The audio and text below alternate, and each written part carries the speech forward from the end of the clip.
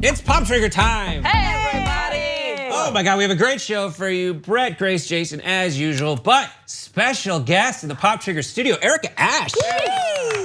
You know her all over the place. She's got Uncle Drew coming up, which we'll talk about. New movie hitting theaters later on this month. She's got In Contempt.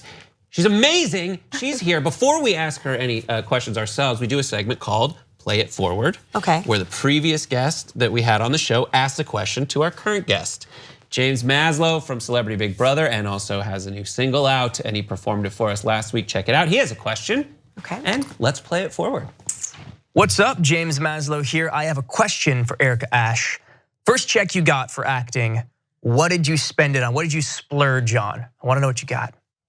So what was it? Oh, wow, the first check that I got for acting wasn't big enough to splurge on anything. If I splurged on anything, I splurged on my light bill. Yeah, that lets you know how minuscule that first check was. Thank God I stuck with it. Just writing that check out. Yeah. Southern California. But it did feel good to pay your light bill though, right? Yes, no, Yeah, it did. And not have to try to ask someone else for like a little handout or anything. It was lovely. I was like, I paid that light bill. What was that first gig? My first gig was an way off Broadway show. It was like a school play kind of. Wow. Yeah, like we were performing at like elementary schools. Wow, that's amazing. Well, you've come a very long way since then. Thank you very much. The checks, I hope, have grown and grown. Yes, they have. Someone else's checks have grown. That's amazing. Someone else's checks have grown, and now for him, apparently don't seem as big as they used to be, because he hasn't managed his money very well. Johnny Depp, you've heard rumors and rumors about how he's having financial troubles. He's also had issues like, he has a lot of wine. He spends $30,000 a month.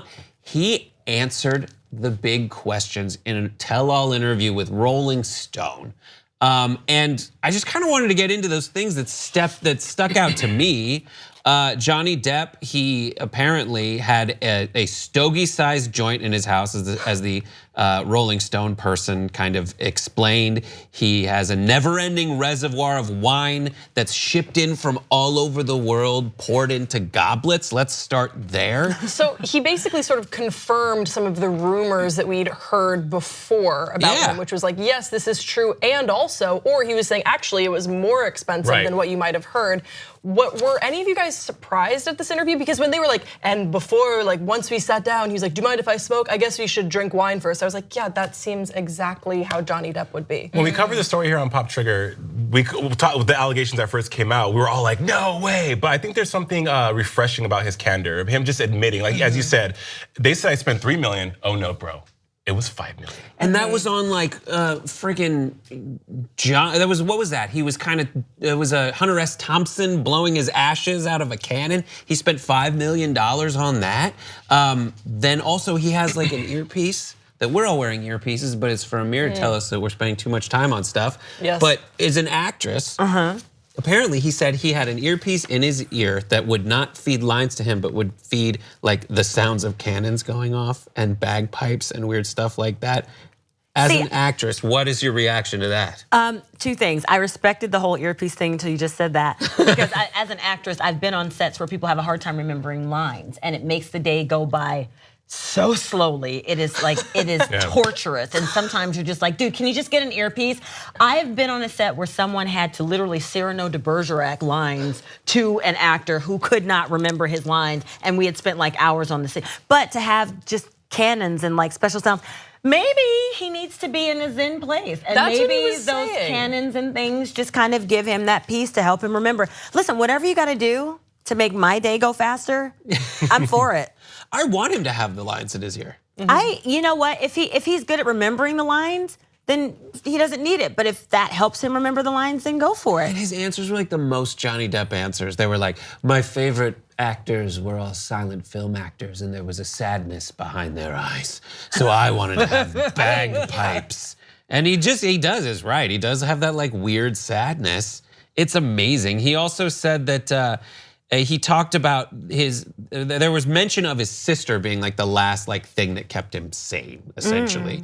And her name's Christy, and she was the one that was going back and forth with him to make sure that logistically his life all stuck together. But when he had this relationship with Amber Heard, that started on like the Rum Diaries, it all went out the window because they basically got between him and his family.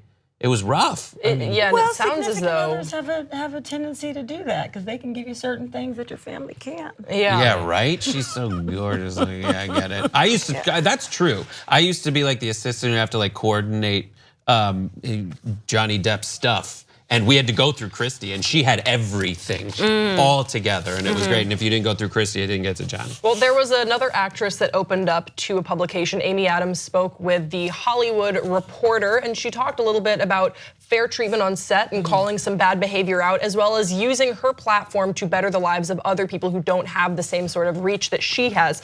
So she spoke in promotion of her HBO show Sharp Objects that's coming out, and she spoke specifically about a situation with her stand-in, and she noticed there was some mistreatment of her stand-in that she called out. She said, I had this amazing stand-in, Reb, who they also scarred up because Jean-Marc wanted to see it, and she would stand there every day too. She was fantastic, and she also put up with a lot because she wasn't getting the sort of catharsis from the performance, and she wasn't treated the same way I'm treated. She talked about how someone mistook Amy Adams for her stand-in and grabbed Amy Adams, not realizing that she wasn't Reb. And then she said, whoa, whoa, whoa, is Reb being treated this way? This is not okay. And she ended up speaking to the producers and making sure that she wasn't going to be treated that way moving forward. And I just thought it was a really interesting take where she was talking about using her platform to better the lives of other actresses who maybe don't have the same scope, I suppose, as she has. And she says it's great when Jennifer Lawrence can speak out, but Jennifer Lawrence already has that sort of notoriety. We're already going to listen to her. So she ends, she says, if I'm going to use my voice to talk about pay discrepancy, it's going to be for women who don't have the same platform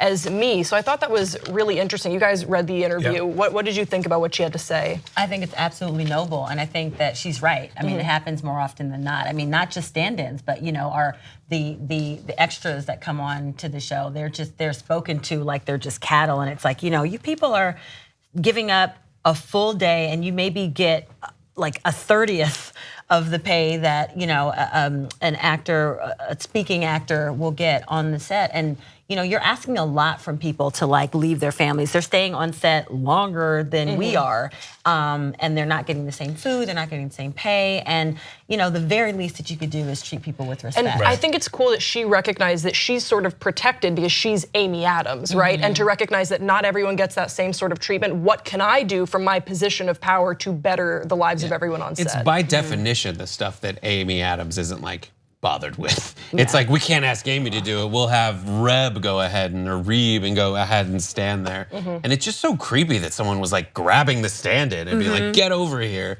I mean, have you ever experienced that? Someone manhandling you like that? Yeah, absolutely. I have too. Absolutely. Where people just do not care. Am I wrong in saying that? Yeah, I get manhandled at 2IT all the time. Never. Amy Adams is so underrated. Yeah. So underrated. I feel like she's that one actress that you like lump in with Jessica Chastain, except Jessica Chastain is like more prominent. But Amy Adams is so fantastic. And I think it's always wonderful and very indicative of the type of people that we need in Hollywood to speak up for this, because without power, you have no voice. And as being someone that works in the industry outside of here and other stuff, I see all too often how bad and how unapologetic they are with the poor treatment of people.